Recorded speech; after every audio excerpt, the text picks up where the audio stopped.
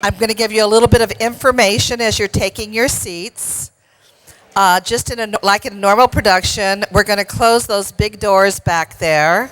And when those doors close, it means that we are in production. And so you're going to hear some red lights and some noise, but nothing to be afraid about. If you need to use the restroom, they're out here to the right. And we do have 3 exits, which are here, one to the left here in the back, and then 2 back there in the back as well. So we're looking forward to everyone taking their seats and starting this wonderful event. And I'll be back up here in just 1 minute to introduce our wonderful MC.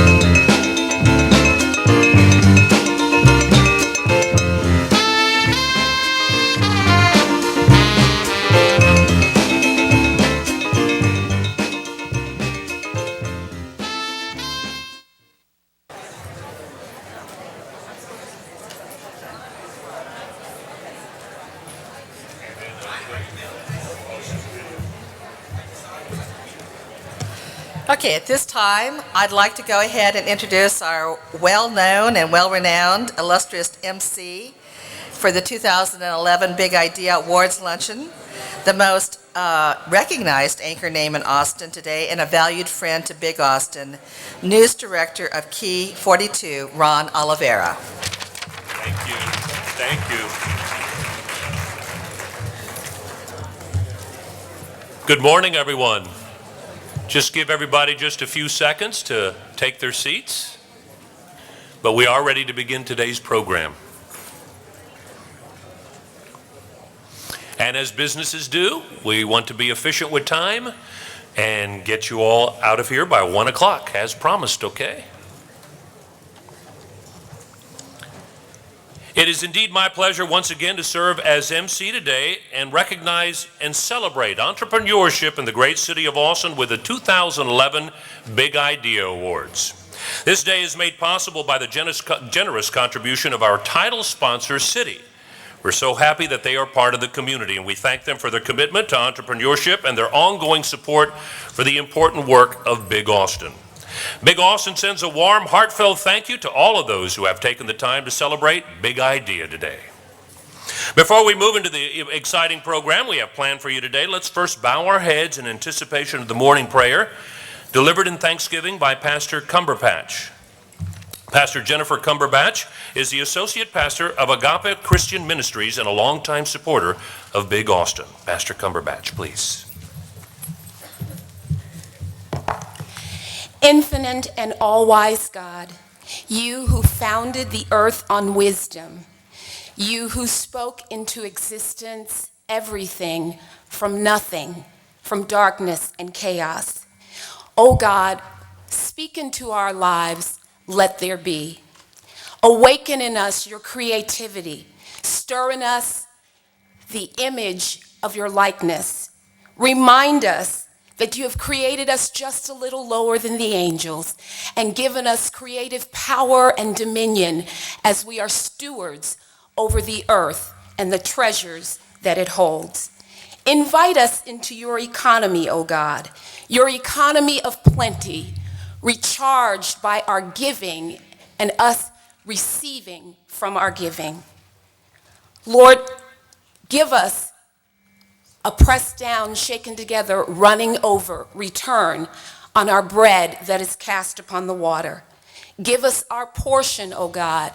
Give us our niche in the earth. Water our parched places. Make fruitful our barren places. And in times of dearth, remind us that we are your treasure and that you pour out on us from your treasures in heaven. O God, establish the work of our hands, inspire us, fortify us, strengthen us. Lord, we ask you that your grace would endue our strengths and dilute our weaknesses. Lord, we thank you that your plans for us are good, that you give us visions from heaven, and we bless you because we are your instruments in the earth to do good and have faith. Lord, I'm mindful that in a gathering like this, there are many that pray in other names, but I only know you through Jesus, your Christ, and it is in his name that we pray. Amen. That was beautiful. Thank you, Pastor. Now with the blessing, please enjoy your salads. But we are going to go ahead and continue with the program. Plenty to talk about today and plenty to celebrate. It is now my pleasure to bring to the stage Mark Nerio. Mark is Director of Community Relations, Austin and San Antonio markets at Citibank. Please welcome to the stage Mark Nerio. Hi, Ron. Thank you. Thank you so much. It's our privilege to partner with BiGAUSTIN and to once again sponsor Big Idea Day. This is such a wonderful venue, Stacy. Congratulations. I can just sense the buzz in the room. There's a lot of excitement. Of course, I believe probably everyone was up at 5 a.m. watching the royal wedding, and that might be part of the sense of excitement.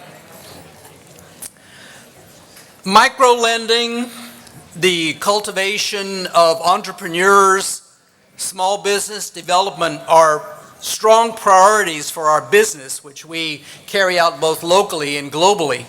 And to help capture this priority as well as others, I'm going to invite you to watch a short video that talks about some of the efforts our business has undertaken across the world. I'm Bob Anibale. I head up City Community Development. We're a large global organization, but we're very local and we're very committed to the communities we serve. Through City Community Development, City Community Capital, the City Foundation, microfinance, and our many businesses around the world, we work to expand access to financial services and sustainable business models. With our partners, we also serve to help build assets and expand financial inclusion. We preserve and revitalize neighborhoods and increase access to affordable and sustainable housing. We help students go to college and succeed there, and we encourage the development and success of small businesses and microenterprises, which are key engines of any local economy and a primary source of job creation. These are just a few examples of what City is doing every day around the world to help communities achieve their potential. It's not about products and programs alone, but about people.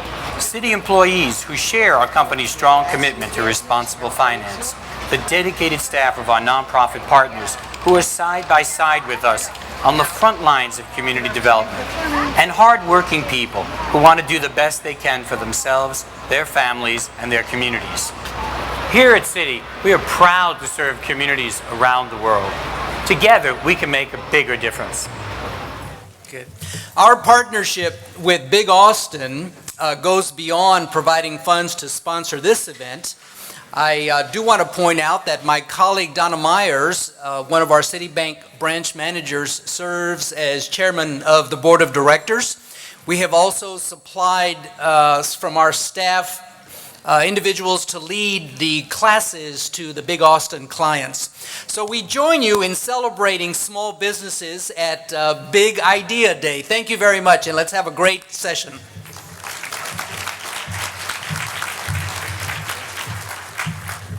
Thank you, Mark, and thanks to Citibank's continued support for BiGAUSTIN. And now we'd like you to take a look at a BiGAUSTIN success story on video. Fred White. I am the co-owner of Pronto Wash Austin. We have a unique system here and we're at the domain. Hello, my name is Fred White. I am the co-owner of Pronto Wash Austin.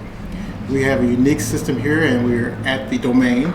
And we have one of the few places in Austin that has a hand car wash, and we use only an 1/8 of a gallon of water. Our tagline is, you shop, we shine.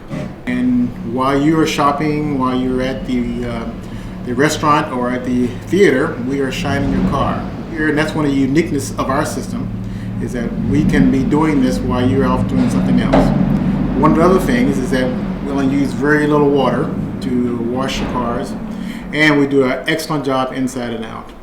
And the other thing is that we're very customer oriented. We are very we don't have a lot of customers, but the customers do have are very routine. They come back all the time, and we see them regularly. One of the things about our operation is that we have been helped quite a bit by BiG Austin. When we first started this operation, they helped us in our training and understanding our marketing structure, how to market, how to finance our business, and also even helped us with the finance of it. So we've been helped quite a bit with BiG Austin. We probably would not have been as successful as we are if not been for BiG Austin. It's been my pleasure to MC the Big Idea Awards for several years now, and each year we hear from entrepreneurs at various stages of development. Some have already launched successful Main Street businesses, while others are just getting started. Like little 6-year-old Michaela Ulmer, back over there with her wonderful lemonade stand. Michaela, where are you? Just wave to us. There you are. 6 years old and already a successful businesswoman. Way to go. We celebrate the achievements of all entrepreneurs at all ages, and I'm indeed honored to bring you to the Central Texas' small business champion, strategist, and activist, Stacy Dukes-Roan, Executive Director of BiG Austin. Welcome her to the stage right now.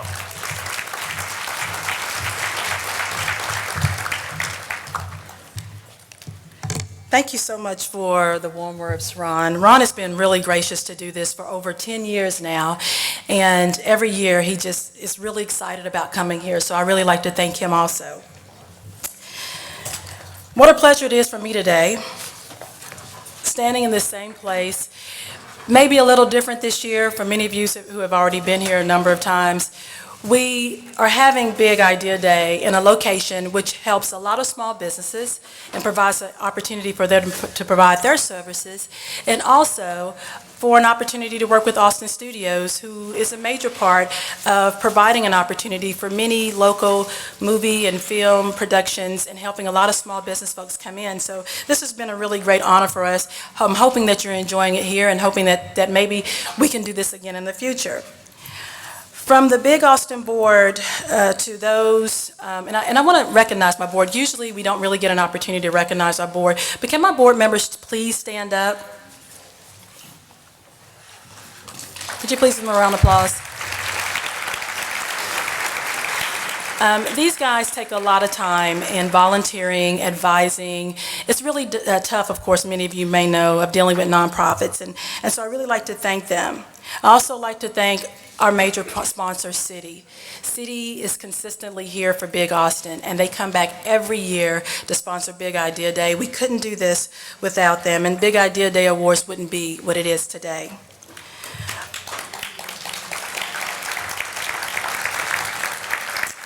I also want to extend a sincere thank you to our other event sponsors. Dell, can you guys raise your hand? I'm going to call it your name. Prosperity Bank, HEB, the Austin American Statesman, and Amplify Credit Union.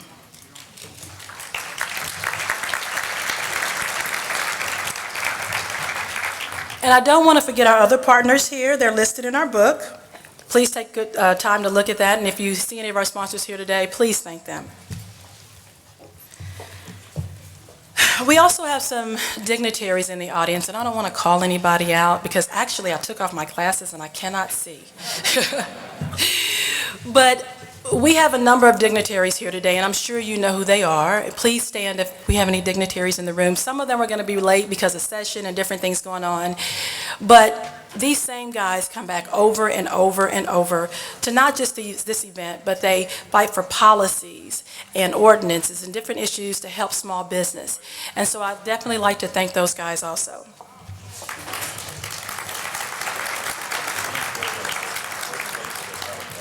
And lastly, to those men and women that volunteer here today. Can all my volunteers stand up? They're probably already standing, but can y'all please stand up? I can't see you, but anyway. We have a number of volunteers, and this year volunteering was probably harder than any other year before because this was basically a small business, big arrangement that took a lot of volunteers to come together and really help, and it has been really great, so I'd like to thank those guys. Would my instructors and judges, please stand. Instructors and judges, and I know you guys are here, so please don't be shy. The folks you see standing are instructors who come on a regular basis and volunteer their time and their energy, using their expertise to teach our classes. The judges are those who took the time over months to evaluate the business plans and the business concepts. And they take all this with a generous heart and generous time, and so I'd like to thank you. We have a full program prepared today, and for many of you who have never been to Big Idea Day, it's very fast-paced. But you participate. You're a part of this just like we are, and you put yourselves in the place that we are every day helping a small business. So the finalists have been chosen, and you are here to vote for the winner of both the existing business plan competition and our youth business plan concept competition. So let's get started.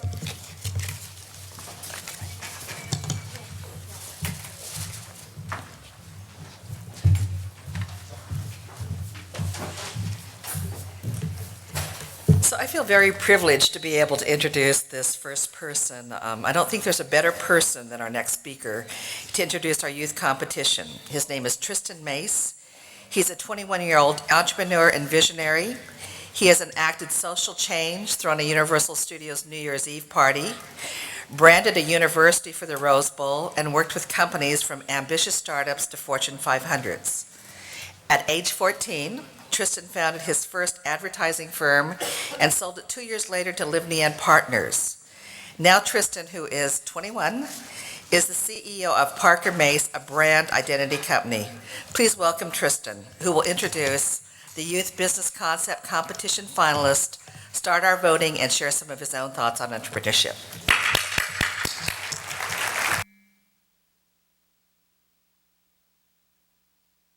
It's a pleasure to be here. I actually just got in from New York City.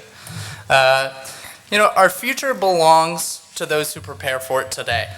And Big Austin is playing a key role in Austin, Central Texas, and Texas as a whole, trying to become Main Street entrepreneurs for the future. Now this youth business concept competition is open to students, including from high school to middle school, but they meet a list of criteria. One of those is enrolled in high school with within 15 counties in Central Texas.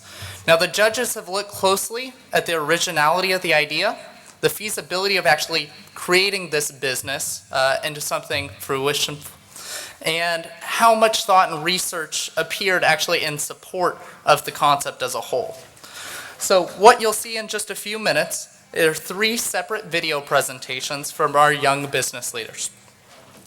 They're the finalists in the competition, and I think you'll agree with me that collectively these young people are creative, enthusiastic, exceptionally entrepreneurial. And so we're going to begin. First, I'd like to introduce 828 Designs, which is a concept by Joseph Washington, who's a 12th grader at Cedar Park High School.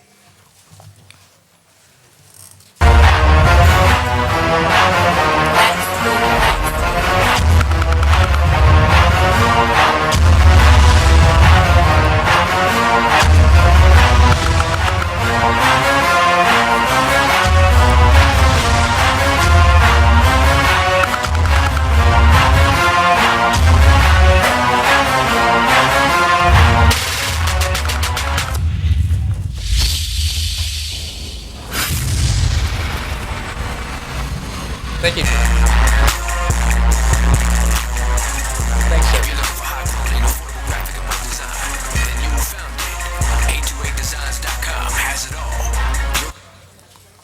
Next, I would like to introduce our second finalist. This is DAFA Studios, which is a concept by Mia Watson, an 8th grader from Keeling Middle School.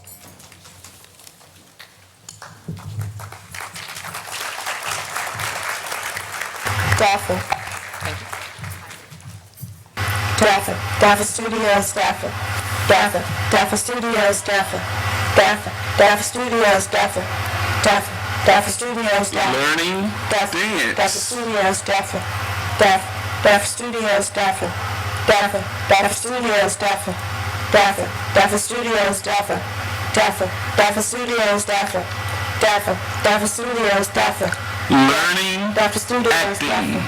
Daffer, Daffer Studios, Daffer, Daffer, Daffer Studios, Daffer, Daffer, Daffer Studios, Daffer, Daffer, Daffer Studios, Daffer, Daffer, Learning Studios, Daffer, film. Daffer Studios, Daffer, Daffer, Daffer Studios, Daffer, Daffer Dance Studios, Daffer, acting. Daffer, Daffer Studios, Daffer, Daffer, Daffer Studios, Daffer, Dapper Daffer Studios, Studios. Daffer, Daffer. Thank you, Mia. And finally, I'd like to introduce Green Austin, which is concept by Jade Bozier, an 8th grader at Pflugerville High School. 10th grader, excuse me. Hi, my name is Jade Bozier.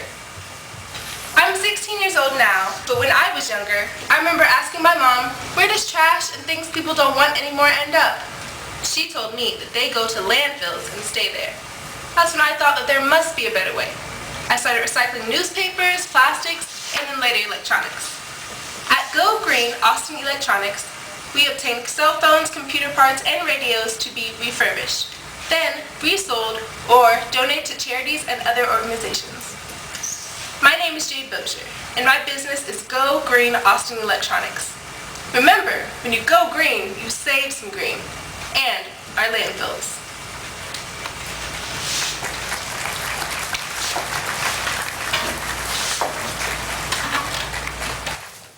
Thank you. Now, I think you all would agree with me that this is an impressive set of budding entrepreneurs. Their ability to communicate concepts, along with the passion and presence, is exciting and impressive. Now, 828 Designs, DAFA Studios, and Green Austin, who's going to get your vote for the Youth Business Concept 2011?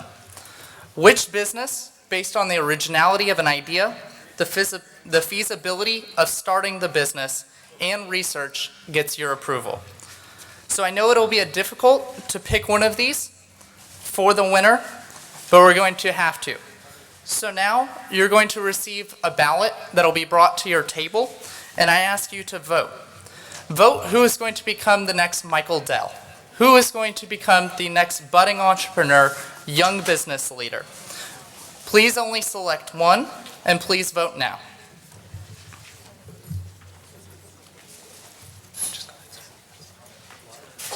Okay, thank you very much, and we'll announce later.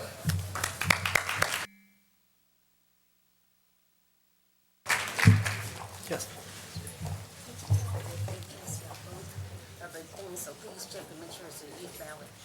Okay, they've also passed out both of the ballot slips for the youth and for the existing, so please ensure that you're voting on the correct slip. Now, I'll give a little bit of background about myself and a brief mention of entrepreneurship. I was 14 when I started my first business, and it all came about when I was on a forum, and an acquaintance asked if I would create a website for a friend of his. And I did this. It was actually the second client I had, but when I did complete it, I found out his name was Pushay Ong. Now, Pushay is a famous pastry chef located in New York City. He owns various restaurants throughout. He's also a very highly respected chef and guest of Oprah Winfrey and frequently in the New York Times. And after I completed Pushay's actual campaign, 2 weeks later, he was on the Oprah Winfrey Show and asked for viewers to go to his website for more recipes. Well, having just completed this, I realized I was in a great opportunity to actually do something with it.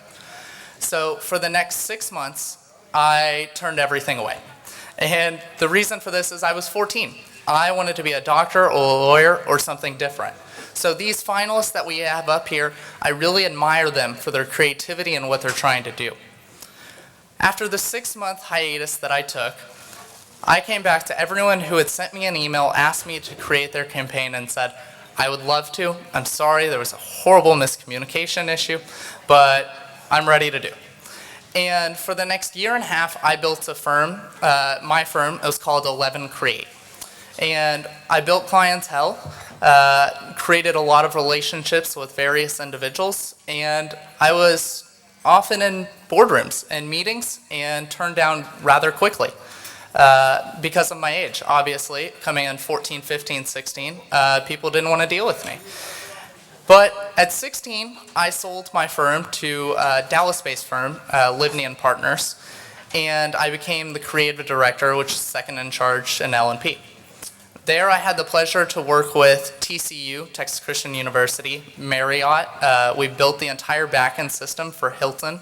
And then we also developed the campaign for the Laramie Project. Over that time, I learned a lot of things. And one of those things that I had to struggle with was definitely time management.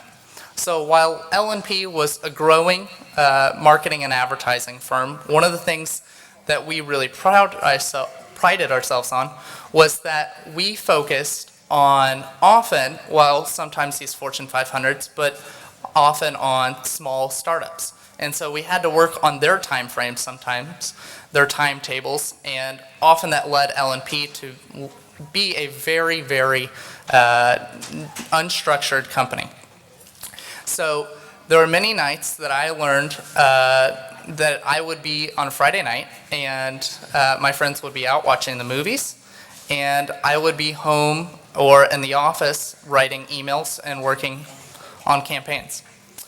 And through this, I discovered a lot of things about myself. And one of those things is you have to be passionate about what you're doing. Especially at this age, being young, a lot of people are going to tell you no, tell you can't do this, and you have to have the resolve to say, I can't do this. So I'm now 21. In January, I resigned from L&P. At that time, I started my own firm, yet again, named Parker Mace, which is an identity firm. I'm happy to say we just brought on the University of Texas branding account, so we're taking over a significant amount of their advertising and marketing. But my other passion lies in travel, and so I started a firm called Want Me Get Me, which is a private travel agency. And it'll be launching in mid-May. Because of the nature of it, I can't speak too much about it, but one of the things that I can say is travel is something that's very innate within me. And I think these budding entrepreneurs are individuals, and they've got to find what they like to do and what they ultimately want to do, because there's going to be people who tell them no. And I've had a lot of experience. I've sat on various boards and advisory panels. And one of the things that I've constantly gone back to is, do you believe in what you're doing, and do you know your target group? Because if you do know that, you're going to be successful. And we're in an age right now that it's changed a lot. Social media, there are new ways to communicate with one another. And it's about trying to bridge those things between what my generation, Generation Y, Millennial, whatever you want to call it, understands, and the world as a whole. So I wish these young entrepreneurs the best luck, and absolutely go get them. Thanks.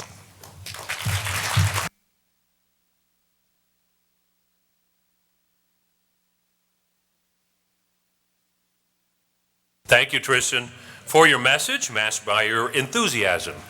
Truly at heart of entrepreneurship. Thanks again. And now here's another Big Austin success story. Please enjoy your lunch. It's Michael Backlund, and my wife and I started Cafe Medici 4.5 years ago. And starting Cafe Medici was kind of a dream. And we started out with it was a Start Smart class, and I guess it took about 6 weeks to do. We went every 2 weeks, and it was really helpful as far as helping us understand the business side of what our idea was.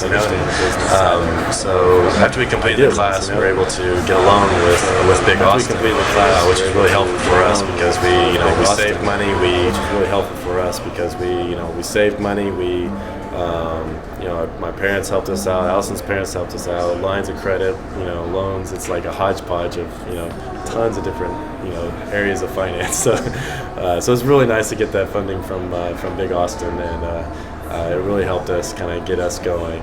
And then my wife and I opened up Guadalupe in 2008, and we needed a little bit of help with that too, with getting some equipment and that kind of stuff. And so they gave us another loan and a line of credit. So You know, as a small business, everybody knows that to have resources is, you know, so vital to helping your business, you know, not only start but also continue and operate. Hi, my name is Michael Vaclav, and my wife and I- Okay. Also, if anybody is holding up a youth ballot where they voted, if you could just raise your hand with the ballot, and somebody from Big Austin will come by right now and pick it up. Thank you. All right. When the program started, we promised you not one, but two business plan competitions, and it's time to start the second exciting process. Just like with the youth competition, it's your vote that will decide the business plan competition winner for 2011. Let's take a minute to honor the achievement of our three finalists with a round of energetic applause for them right now, please.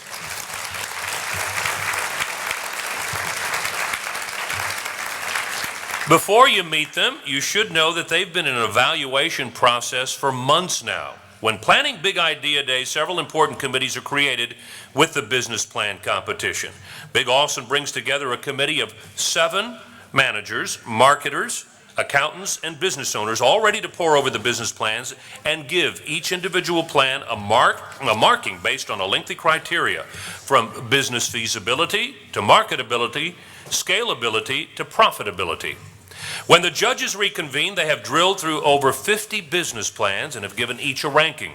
At this point, we're down from over 50 plans to 6 plans. It's then time for those 6 semifinalists to meet the judges in a face-to-face session where they have the opportunity to discuss their businesses. More deliberation for the judges, and 6 semifinalists turn into 3 finalists. Today you're going to view a brief video of each company. Then when called, each company owner will come to the stage and present you with a snapshot of his or her company. So now, let's introduce the first company.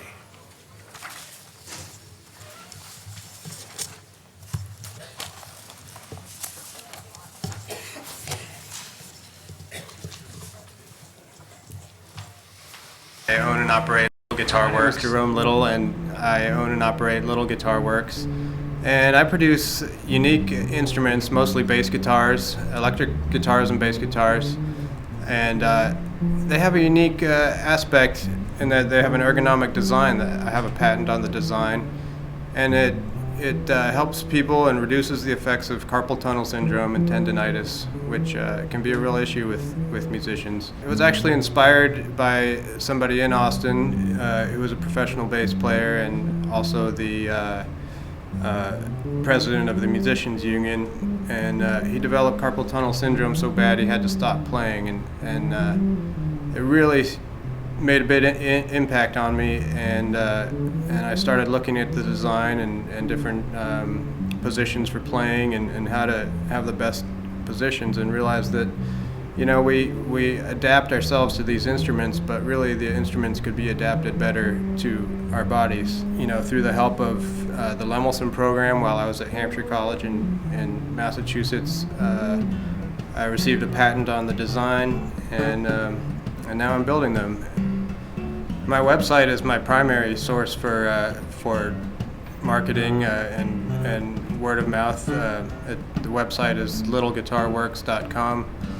And, you know, a lot of times, frequently, somebody will post my website on a forum, everybody goes to check it out, and, you know, they tell friends and so on. So now it's really interesting because, you know, I have customers, clients getting in contact with me from all over the world. So they're slowly getting out there, and it's it's pretty neat because, you know, as each one, I basically build one at a time, and as each one gets out there, somebody else sees it, they tell somebody else, and it's basically all been word of mouth so far. You know, of course I have a website, and, you know, I don't know if word of web is is a word, but in terms of marketing, that's all I've done so far. Jerome Little, he's the founder of Little Guitar Works, a manufacturer of ergonomically designed electric basses and guitars. Here's Jerome. Thank you very much. This is amazing. It's not the royal wedding, but it's pretty good. Well, it's been 15 years since I developed the first prototype of the Torzal ergonomic electric bass. And a year later, in 1997, I was invited to display that bass at the Smithsonian Institute. In 2000, I received a patent on the design. So I shopped the design around looking for a manufacturer or a licensing deal. But the feedback I got was that it was great, but I really needed to show proof of success in the marketplace first. And the fact was, I wasn't particularly interested in somebody else building them anyway. I was totally hooked on the depth and the complexity of building guitars, and with the added challenge and innovative edge of a new design in my grips, that's really what I wanted to do. But I realized that you can't just build a couple of instruments and all of a sudden start a company selling $5,000 guitars. You have to study with masters and learn the ins and outs of the craft and the business and really become a master yourself. I shared some shop space with one master guitar builder in the late 90s, and he said a master is someone who's made more mistakes than you, and he's learned to embrace those mistakes and see them coming. At the time, I'd hardly even had the opportunity to make mistakes. I've had that chance now. But fast forward to now, and I've spent the last 15 years studying and working with master guitar builders, and my work has appeared in several books and magazines. I've shipped instruments around the world.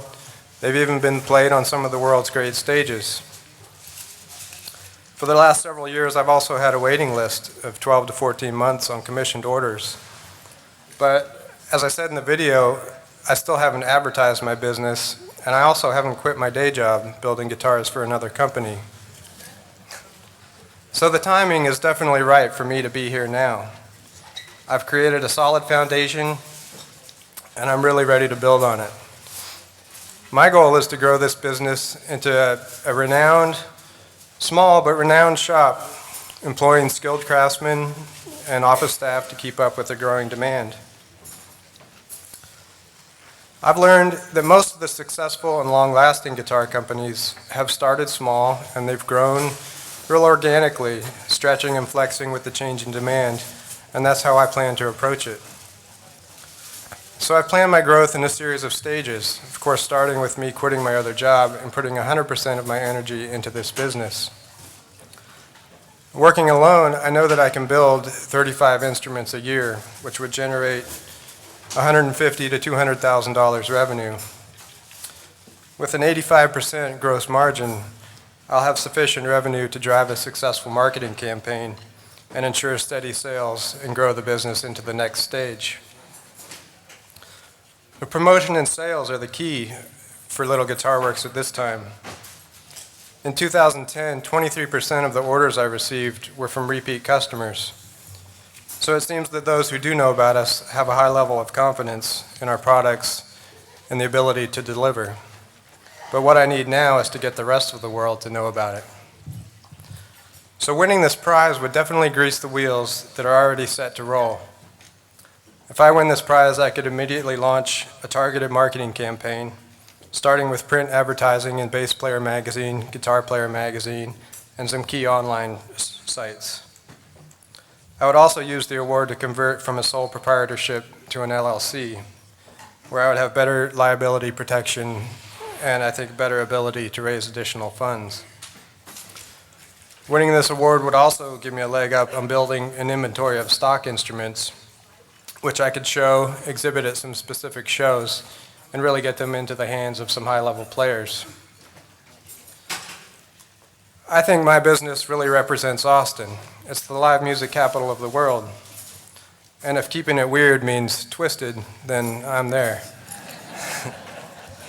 This is what Austin is all about, and I also think it's what Big Austin is all about, supporting small business and innovation and helping out the little guy. Thanks.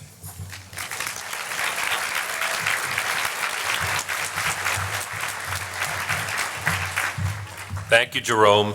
Stay twisted here in Austin, and good luck in the competition. All right. Our second finalist is Patrick Adiaheno. He's created Citus Link, That's a communications network for the UT public transportation system. Let's see the video. My name is Patrick Adiano, and today I want to talk to you about CitusLink. CitusLink is a completely new and innovative company. What we're trying to do is to improve the communication between the University of Texas at Austin and the students. What I mean by that is students receive around 30 emails every day, and there is no way that students can actually check all this email every day. So what we're trying to do is to provide another solution inside the UT shuttle bus. What we're also trying to do is transform the experience on the UT shuttle bus. We're gonna have programs that are gonna entertain students, as well as a free Wi-Fi connection on every single UT shuttle bus. We're trying to help and promote small business, as well as non-profit organization. Pause for a minute and think about the possibility that this project brings to the student, UT, and the city of Austin. For the first time, students will be aware of a women's soccer team at the University of Texas, and this team is as good as our UT football team. The UT Police Department will be able to alert students of a current danger. When I was a student at the University of Texas, I was working on a recycling project. I discovered that most projects didn't work out because there is a lack of communication between each organization. And I kind of noticed that it's the same thing happening in Austin. Nobody is aware of what's going on in the university. And when I was taking the bus, I was like, there's around 30,000 students taking the bus. So that's actually a perfect way to communicate with the students. So I decided to come up with a new communication system that will displays information on the screen so people will be aware of what's going on at UT, as well as entertaining them at the same time. Hi. And now to make his presentation to you, we'll please welcome to the stage Patrick Adiaheno. Hello. Thank you so much, guys. Austin is a great city. It's the #1 city for entrepreneurs. And I think Austin is so great because of this interaction between the knowledge, the willing to do something great, and also the wealth. And as any city get bigger, they're starting losing this interconnection. And the same thing is happening to the University of Texas. I grew up in a small country in Africa and also in France.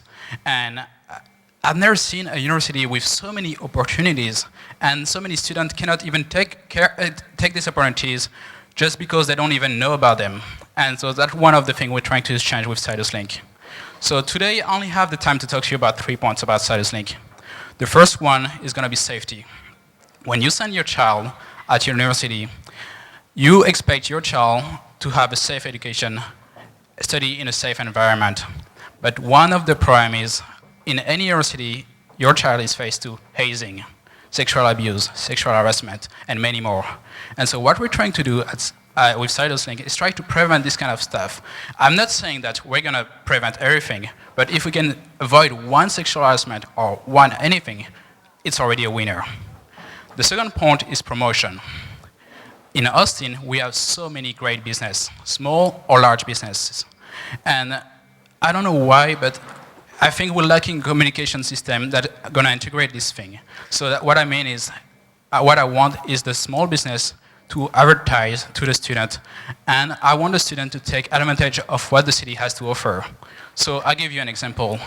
At 9 a.m., a student will know, riding a shuttle bus, that there is a nice coffee place. You can get a nice coffee and also have a nice breakfast. People will start knowing about the guitar from Jerome, for example. And the last point I want to make is education. Actually, we're starting in a university, so we have a huge opportunity to educate the students. So we're going to have small tips for the students to actually become better students, of course. But the incredible thing about CitusLink is we're going to donate 5% of our revenues to students. We're going to create projects that are going to improve the city. And it's going to be huge. I just can't wait to see what the students are going to do with this project. And also, we're going to donate a few spots to non-profit organizations so they'll be able to advertise about their organization. I think it's going to be great, and I just can't wait to see it happen. winning the BiGAUSTIN competition will give us so much credit. For example, when we're going to meet with the president of UT and the president of Capital Metro on May 10. And it's also going to let us have enough funds to have the pilot running on the UT shuttle bus. I want to thank one of the person that has been helping me for so long, and his name is Gary Hoover. He's right here in front of me. And I thank you so much for taking care of me for about a year. And he has been my mentor. He's great. And I want to finish right now with a video that I have for you. And if you can have the video now.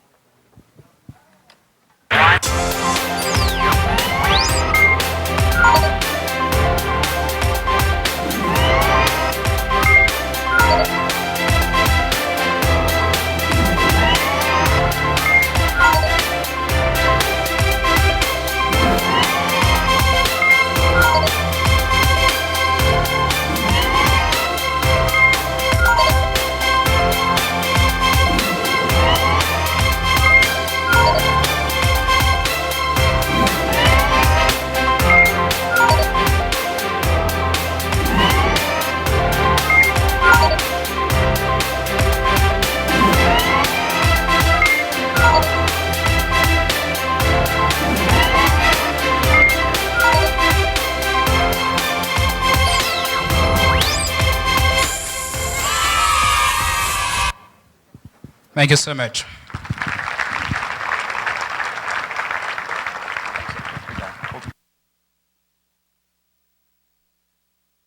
Presentation and good luck in the competition.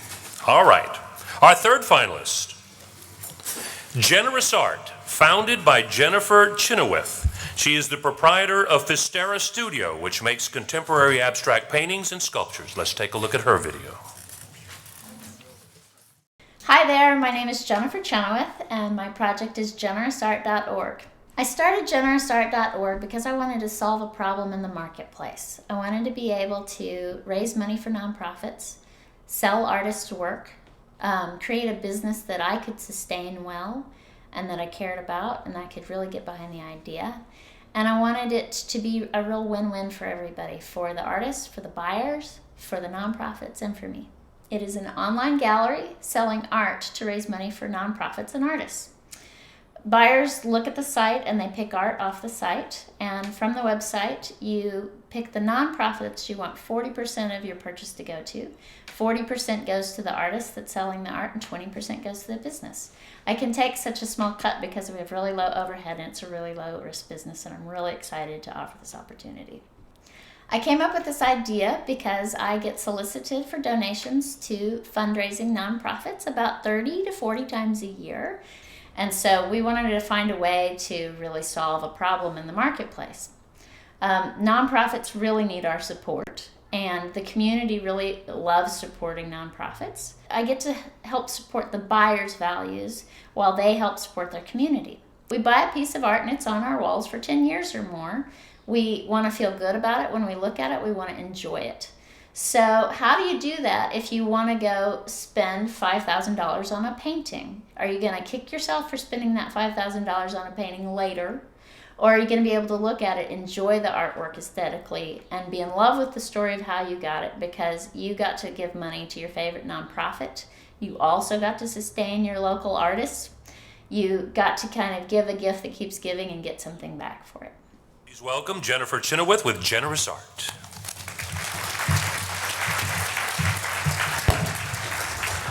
Hi there. Thank you so much for your time and your ears today. It's really an honor. Thanks. It's really exciting to have this many smart people in one room to get to pitch your ideas to, so thank you. I'm an artist. I have been a self-starter, a do-it-yourselfer, and a bootstrapper since I was probably 12. And I put myself through 3 college degrees. I've been working since I was 17, and I'm just one of the most determined people you will ever meet. I have a ton of energy, and I'm really creative, but I'm also kind of a nerd for spreadsheets and math and making sure I'm fiscally responsible too. So I teach workshops to some of my friends who are artists on bookkeeping and financial help, and I do a lot of freelance consulting and projects for people to make money in addition to trying to sell my artwork. I make contemporary abstract painting and sculpture, And I also find myself really enjoying showing my work around town, and I get to kind of beautify our lovely city for free most of the time. You see my work at City Hall. I've taken over the wall at Texas French Bread, and I opened my house for the East Austin Studio Tour, and I've had thousands of people through my 100-year-old orange house on 2nd and Waller. Some of you may have been in my house, and it's a big party every year, and we really enjoy it. But in getting to this kind of funny road, I've realized that I probably wouldn't still be standing if it weren't for the help of nonprofits. I grew up as an at-risk kid, and I find myself a single mom now, and I really need the help and support of my community. So I always give when they ask for a donation. But then I watch the work not get handled so well, and it sells for $15, and I just thought I might do a better job finding a better way to give it away. So I know lots of artists in town, and I know lots of friends who work at nonprofits, and I started chatting them up about a better way, and I came up with the idea for generous art. So typical business model for galleries is it's all on the overhead. They deal with the people, they have the storefront, but sometimes the transactions aren't terribly apparent, and they're not terribly straightforward businesses. So I wanted to be really transparent with mine. The sale price that the artist gives me, they get 40% of that cut. And they get 50% at a gallery, but that's on consignment. So with me, I don't take their work. They get the opportunity to keep trying to sell it and show it, and then if I can sell it for them, great. So it's a win-win for them, and they also get to have a lot of back stock and back inventory that they can't keep showing at the next new gallery. So this is a win-win for them of what they can do with their older work too. So I'm really excited about doing this with low overhead. It's an online gallery, and I contract with professional artists so I can support our arts community. And I contract with nonprofits, and it's a free agreement with each of them, though you can also pick any other nonprofit you want your money to go to, but I'm rely on nonprofits to help get the word out. So I'm using their already existing marketing tools to spread the word. I really wanted to create a sustainable, growth-oriented company that supports the local economy. I looked at 3 business models when I was thinking about my business plan. One was the Donate a Car program, which you might have heard about on advertisements with KUT, and they also support any other nonprofit. They facilitate car auctions nationally, and then they take the proceeds from donated cars and they give 70% to the donor's nonprofit and 30% for their business. They're run out of California. It's a national organization. It's an LLC also. The second business I looked at for model was Edible Communities. They sell trademark licensing agreements to create magazines and publications and websites all around the country. They have over 60 metropolitan cities and a magazine for each city with a local owner in each city, and you know it as Edible Austin. And I think it's a really brilliant business plan. The third model I looked at was Craigslist, which is an online extensible website that you can get to other markets, but it's all local content. So that was kind of my thinking of how to put these really smart ideas together to sell art to raise money for our community. What I value really is creativity and community. And anyone who knows me knows that I participate in community as probably more than I participate in just the art scene. So I really wanted a way to create stability for all of us. You really want socially responsible purchases, especially now the economy is tight, and you know how important it is to support your nonprofits. And this way you get to have this great story of the art on the wall, and you get to give it as a gift, spread the love through a wedding present, and the couple gets to pick the art that they want to look at. Really exciting. If I win this competition, I get to, instead of having the WordPress do-it-yourselfer site that I've worked on myself, and I'm going to hire a web designer to take the technology of the site to a bigger level, I'll be able to offer online hosted campaigns and auctions, and I'll be able to eventually have the site ready to grow to other cities' markets. So that's the idea, is it starts with Austin and our group, and then we can grow it to other markets so that other nonprofits and other artists in other cities can network together. So I know you have a lot of choices here today, and there's a lot of power in our choices, and I really appreciate your time and your ears. And I really want you to remember one thing: be generous. Thanks.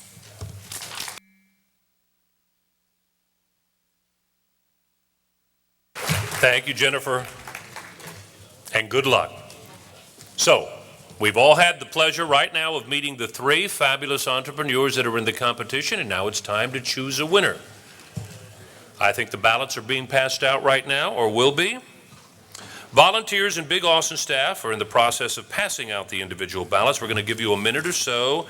Cast your vote for the Big Austin Existing Business Plan Competition winner for 2011. We'll all know the winners, both for the Youth Business Plan Competition and the Existing Business Competition, at the end of the luncheon. Whoever walks away with the grand prize for the Youth Competition will take with him a $1,000 cash award to be directed toward college or business implementation. And the Existing Business winner will be rewarded with $10,000 in cash and prizes. Good luck to our 6 finalists. Are the ballots now all out? Give everybody just a moment here, about another minute or so.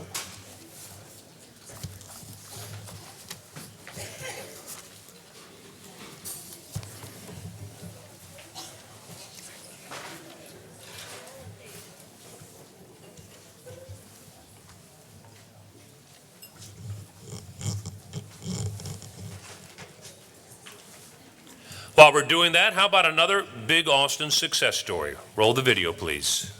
Hi, my name is Mario Carlin. I'm the owner of Mario Carlin Management, LLC. We've been in business since 2002. I'm here today in regards to talk about TxDOT's program for small businesses. I wanted to go over 4 programs that Big Austin has helped me. One of them is being the bonding assistance. This helps me get to the bigger projects for bonding assistance. And basically what they do is they look at all the projects and the work that we have, and they also help us make sure that we're not overextending ourselves. The other one is the loan program, and through that what it has been helping me to get the capital that I need to do bigger jobs. The marketing program has enabled me to go out and get an internet website, brochures, and everything that they've helped me with putting together a good marketing plan, and this has helped me reach new clients.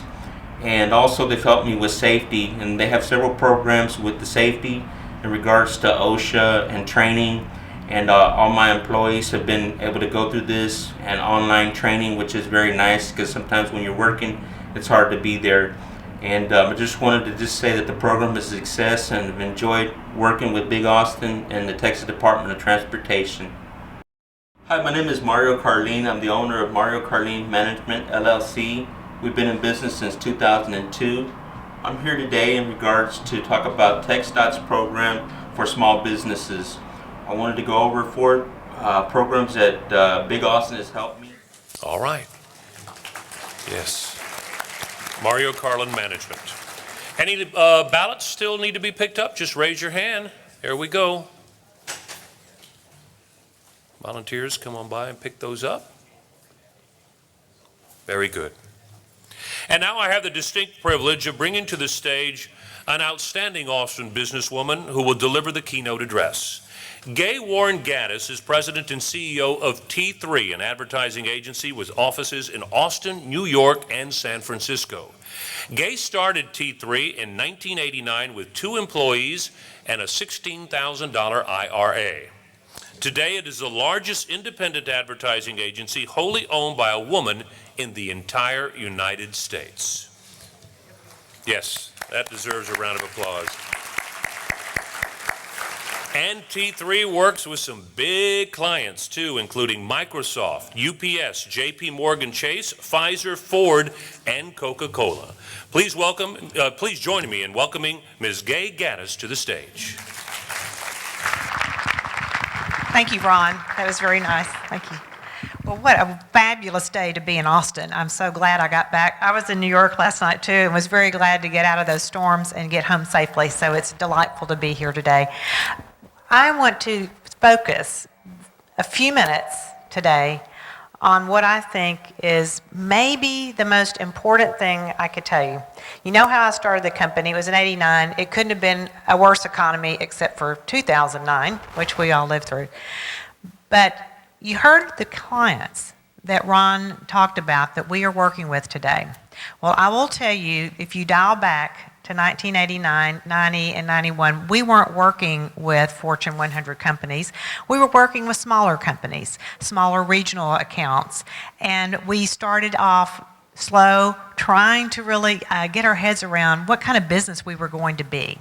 I have to tell you a real quick funny story, and a lot of people start their businesses because they have a passion or an idea, and I did.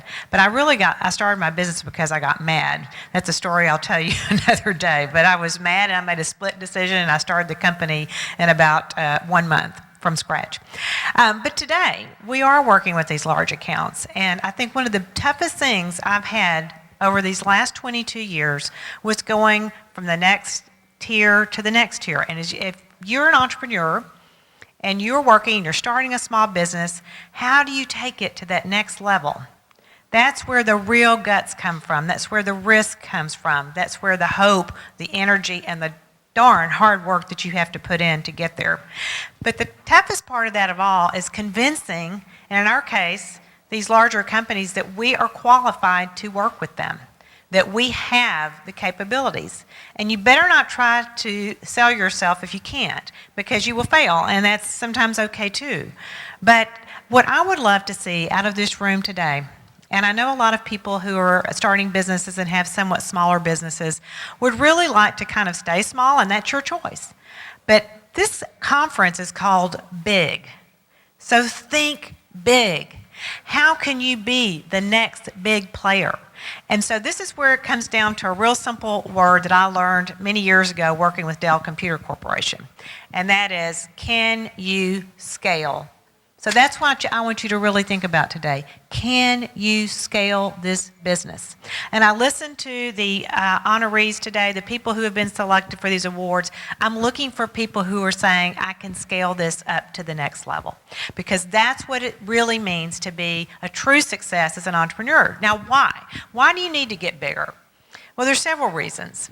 One is that you will be able to employ more people. And if there's nothing else, then that's a huge reward in life, is to say, wow, I used to hire 2 people. Today I have over 170 in 3 cities. I'm supporting and helping to support families and ingenuity and creativity. And so this is a huge personal reward for me after being in this business all these years. The other part of it is having a little bit more security and being able to say that, yes, we can do this. I can work for JP Morgan Chase. I can do the work and compete against anybody out there. And we do. I guess you can know that as an Austin company, and we are based here, that when I started in Austin, it wasn't like the greatest place to be in the business, and I will tell you that. People say, Austin, Texas? Well, who in the world could have a very good advertising marketing company out of Austin? You have to be in New York, you have to be here or there. And so I'm very proud that I can now go to any company, any city in the country or the world almost at this point and say, we're based in Austin, Texas, and they go, wow, that's a cool place to be. So it is. And Austin has been so good to us because of the creative environment here, because of the strong technology base here. We have an incredible tech team, and today we're working on things that are so exciting. Mobile is everything for us. I mean, we are one of 3 agencies in the United States who are approved to do mobile marketing and advertising for Coca-Cola. So it's a huge honor, and we are really, really working at the what's next. And that's what keeps me excited about it. But if anything, again, I can tell you is think about how you're going to scale the business. And one of the tougher things is having the insurance requirements, having the line of credit, or having the ability to be able to really, really scale to that next level is something that you need help with. And sometimes you need advice with this. Seek that help. Ask people for help. Get advice from people. You can't be afraid to do that, because without it, you may be afraid to take that next step. But I would be so proud if out of this room today, I could walk out and say, maybe somebody got that message in their head that they want to scale and they really want to be the next big business here in Austin, Texas, because it can happen and it does happen. And one other thing that I would like to just say is that being an entrepreneur is a special breed of cat. A lot of people cannot do it.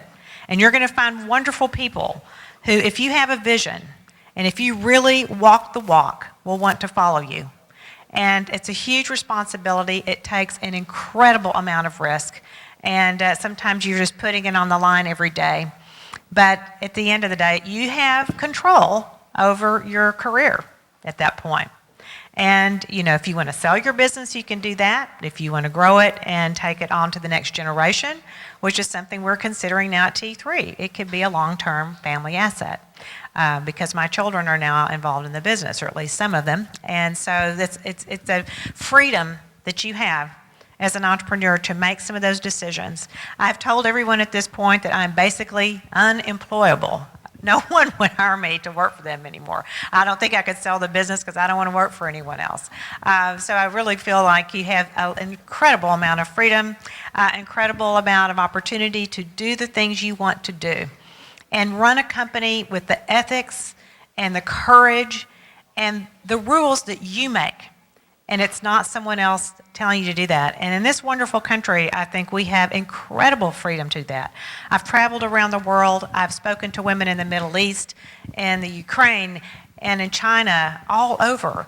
And their concern sometimes is we don't have the freedom to do it. You have no excuse but to get out and make it happen, because no one's stopping you. Only yourself, only your fears, and only maybe a lack of income or a lack of funding.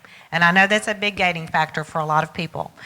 You heard how easy it was for me to get in the business. Back in 1989, it took $16,000, and I was sitting there in business. So today it would be a little bit more complicated because we rely so much on technology. But it really doesn't take that much sometimes to just jump into your next dream and make it happen. Everyone who said you have to be passionate about something is absolutely correct. I think sometimes that word is a bit overused, you know, passion, passion, passion, but you do have to really care about it, and you have to be something you're excited about. I will tell you, I probably would have gotten out of this business maybe by 2000 if it hadn't been for what we were starting to see happening on the internet. It totally changed the game. And what we're seeing right now with mobile is it will totally change the game again just as fast as internet did. You know, you've probably heard this, but there are people in Africa buying goats from one another on a cell phone or on a mobile device because they don't have laptops, they don't have computers. And so we will see such a ubiquitous use of selling on a phone. I bought something from Posh today, and we were able to do the whole transaction on our iPhone. Great. You know, it didn't take any more than that. We're going to see walking into retail environments very soon and being able to, you can be able to buy everything, you'll have everything on your phone, it's going to be this one smart device. So I will just say to you, go out and figure out how you can market your company on the mobile devices, because that's where people are, and that's where they want to get their information. So I've told the group I wasn't going to talk very long today, but I would like to open it up if anyone has questions. I absolutely love answering questions because it's really about you today and not me. I hope I'm somewhat of an inspiration that you can hang in there and have a business for 22 years and still love it and still be on track with what's new. So if anyone has questions, I'd love to answer those. Anyone have something they'd like to ask? Okay, someone back there. Apps for your phone? Okay, mobile is many, many things to us today, and I think what we all know about are the apps that you're talking about. Yeah, everybody's got lots of apps. So I think there's an average of 27 apps on every mobile device. But what I'm talking about is really the ability to use the mobile device as almost a credit card. It's like an ability to use the mobile device to find people where they are so that we can, there's a lot of things going on in geo-targeting, geo-fencing, where our innovation labs has a proprietary product we're working on with that would allow me, if you are my customer and you've given me permission, I could let you know if you're within a radius of my business, I could let you know, hey, I have a great offer today, or I've got a style tip for you, or I've got a coupon, those kinds of things, and it's only going to get more and more prevalent. Yeah. Any question here?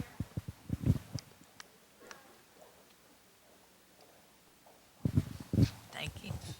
I'm curious about branding. How has branding changed in the last decade?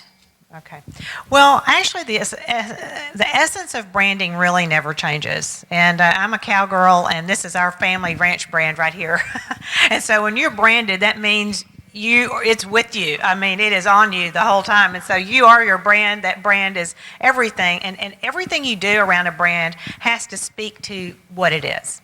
So if I go back to just the essence of branding, it is continuity. It's being consistent. It is saying that it's using the same colors, the same feel, the way you talk about it, who you are. So branding hasn't changed. It's just the communications methods have changed. So now with social media and some of the things that we're able to do with that, with what I'm talking about with mobile, with internet, with email, with all those things, it's all different as far as what we were doing maybe 10 to 15 years ago, but it still has to be on brand.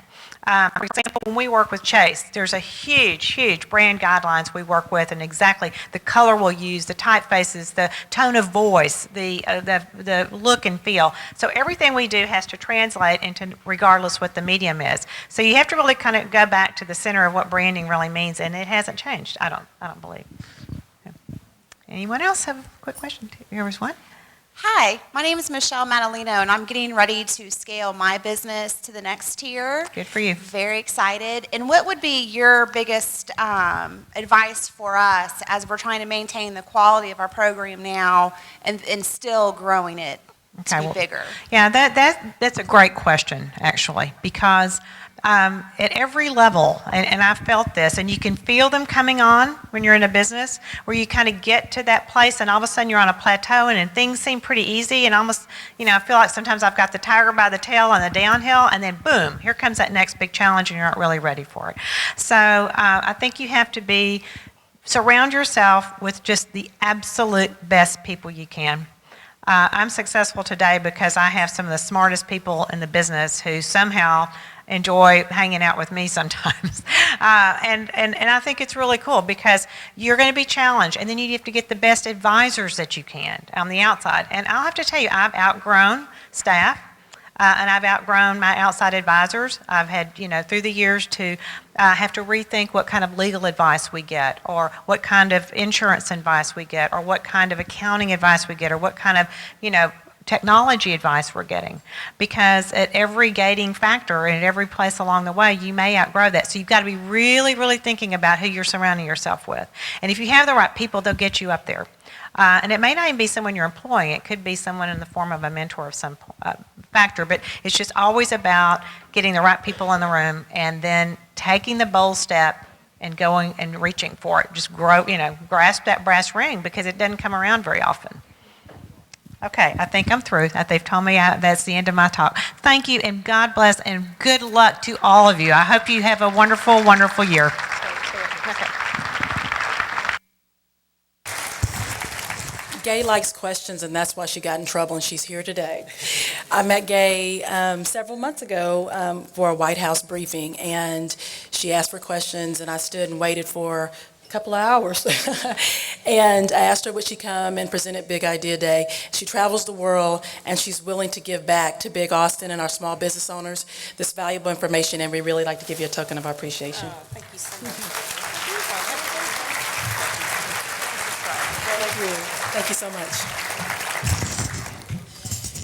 We're great to see, just quickly, another one of our success stories here at Big Austin.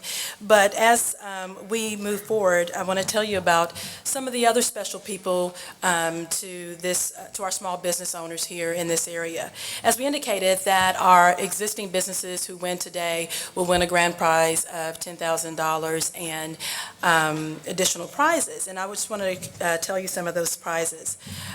Gary Hoover, who's here today, has committed to do small business management session with the winner. Hensel Swartz, legal counseling, will provide a legal counseling session. E&G Consulting will provide consulting services, accounting consulting services. Diva Creations will do a whole new personal business makeover. Build a Signs will provide signs for the new business owner. PM Media will provide branding and consulting sessions. Austin Independent Business Council will offer them a one-year membership, free membership. David Boutros Realty will provide office space discount. Austin American-Statesman will provide an ad in the newspaper anywhere, any day. I'd like to thank those supporters. Please look at the screens for Fresh Limited Company. Hi, my name is Jam. Hi, my name is Jam Sanichad.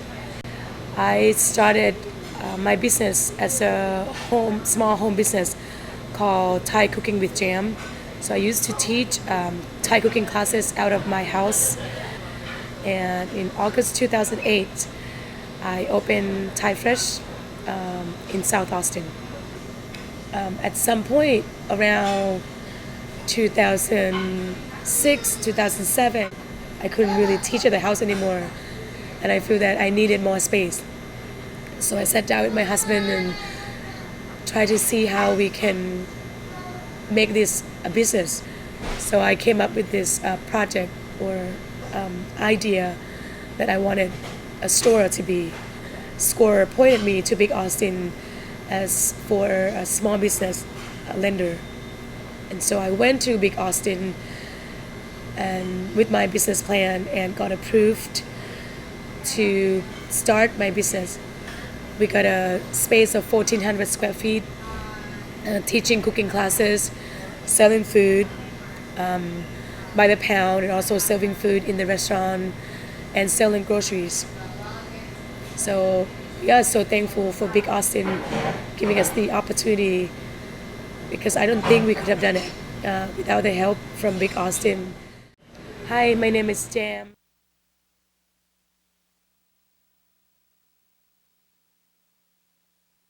Sorry, I'm off script.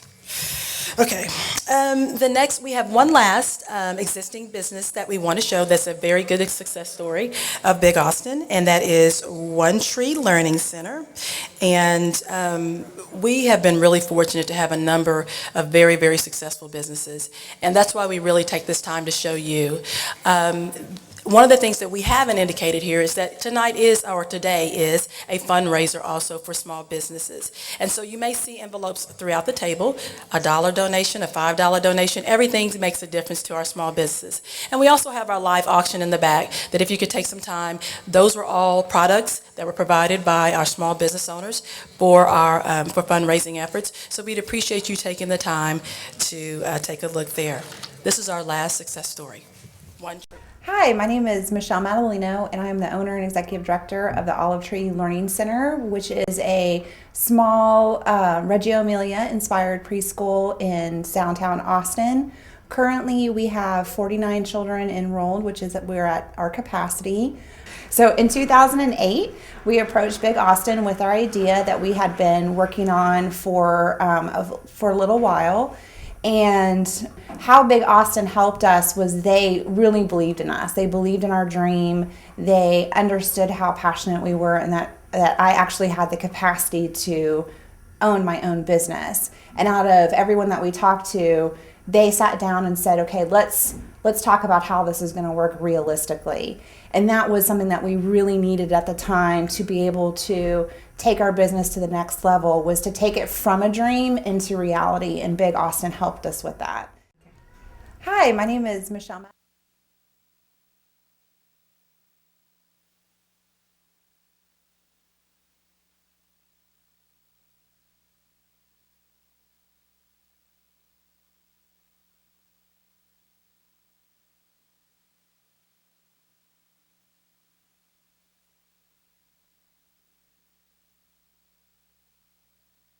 Well, this is what we've been waiting for.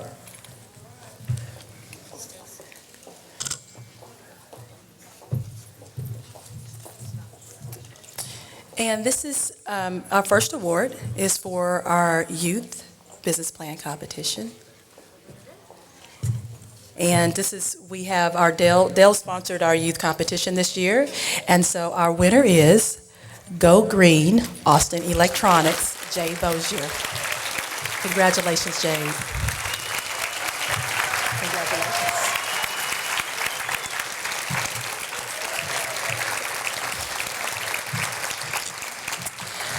For our two other finalists, They will also receive a cash award, which they will, I think they're just finding out today, but they will receive a cash award also, and we will let them know at the end of the evening. And then also, we also wanted to, one of our state representatives wanted to announce that her office, State Representative Donna Dukes, is also having a $10,000 competition for youths.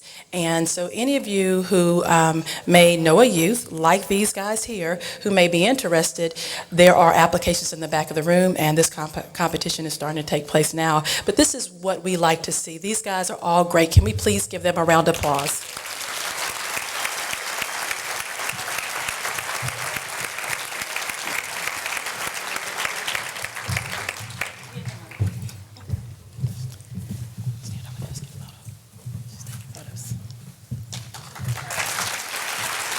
Once again, thank you all. Thank you.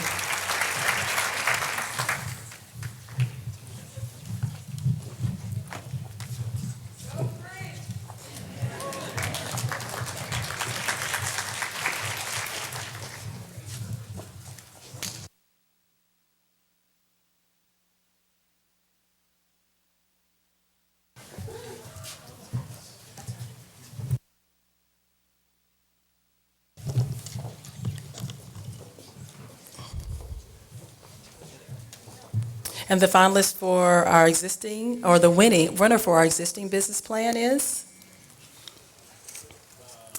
Little Guitar, Jerome Little.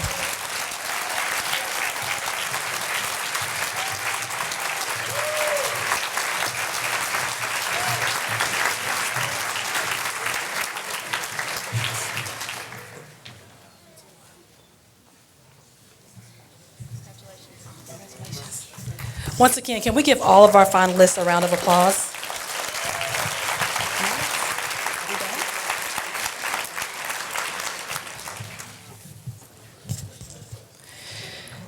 I guess that closed out the evening. I want to thank everyone for attending. Please take the opportunity to continue to visit our vendors. Here, they took a lot of time to come here and create this Main Street concept. We are just elated that things turned out the way they did, because it was very frightening for us, for all these small businesses to come together and really generate a great plan and a great event. For those of you who are here who are business service providers, we're always happy to have new trainers, instructors, counselors. Please take the time to spend some time with Big Austin. But with no further ado, am I finished? I did. And the silent auction is still open for a few more minutes. Thank you, and be careful as you leave.